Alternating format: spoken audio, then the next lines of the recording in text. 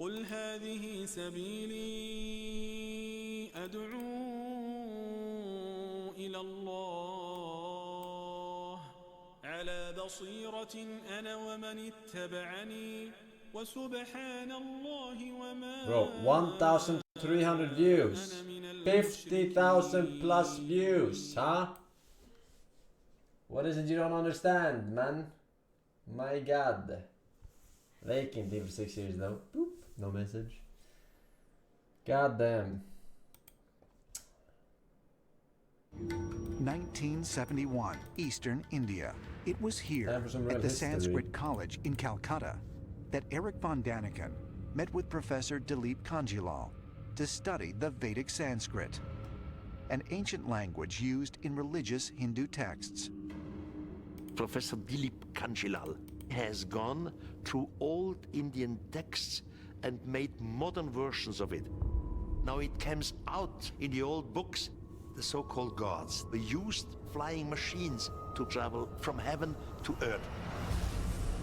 According to the ancient Vedic texts of India, the gods descended from the sky in flying vehicles. They refer to those vehicles as vimanas. There are very detailed descriptions what these vimanas looked like, how they traveled from place to place, what was necessary in order to pilot them. All those things are described in ancient Hindu texts that are thousands of years old. And for Eric, he naturally felt that these vimanas were real nuts and bolts, aircraft, and of course he's saying these are the vehicles of the ancient astronauts. When Eric first went to India, he explored a whole bunch of different sites, and he quickly came to the realization that India is a treasure trove for the ancient astronaut theory, because all over India we can find these magnificent temple towers that are referred to as stupas and also vimanas. And so we have to ask ourselves, where did the form for a stupa come from? Another great contribution of Eric is that he focused on India.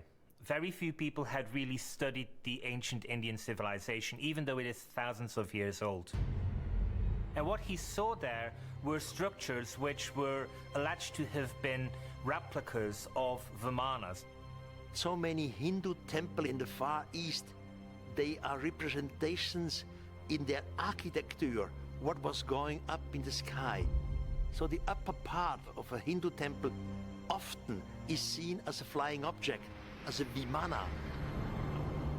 And basically what we're being confronted with is the realization that these people built in stone objects which they seem to have seen in the sky. When we look at the most ancient records we have coming out of the Vedic texts in India, there are clear descriptions of aerial battles taking place, vimanas. So this really starts to raise the question about our own cycle of history. Is it completely linear, or is it possible that we're just starting to rediscover ancient technology that did exist thousands of years ago? Ancient texts all over the world talk about flying vehicles, people who could fly through the air, flying horses. But it was Eric who really put it together, that the gods weren't just flying around like Superman. They had to get into some kind of nuts and bolts craft, just like we do, and go somewhere. And this was the chariots of the gods. Enoch tells us about the guardians of the sky who came down. He says they are called fallen angels, and they wanted to have sex with humans.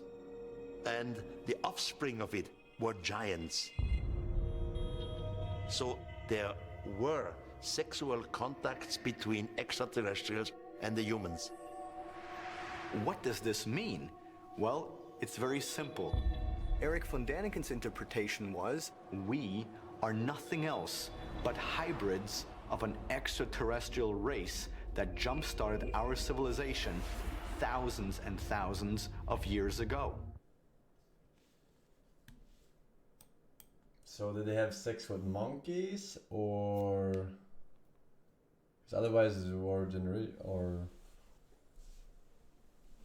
race was already there.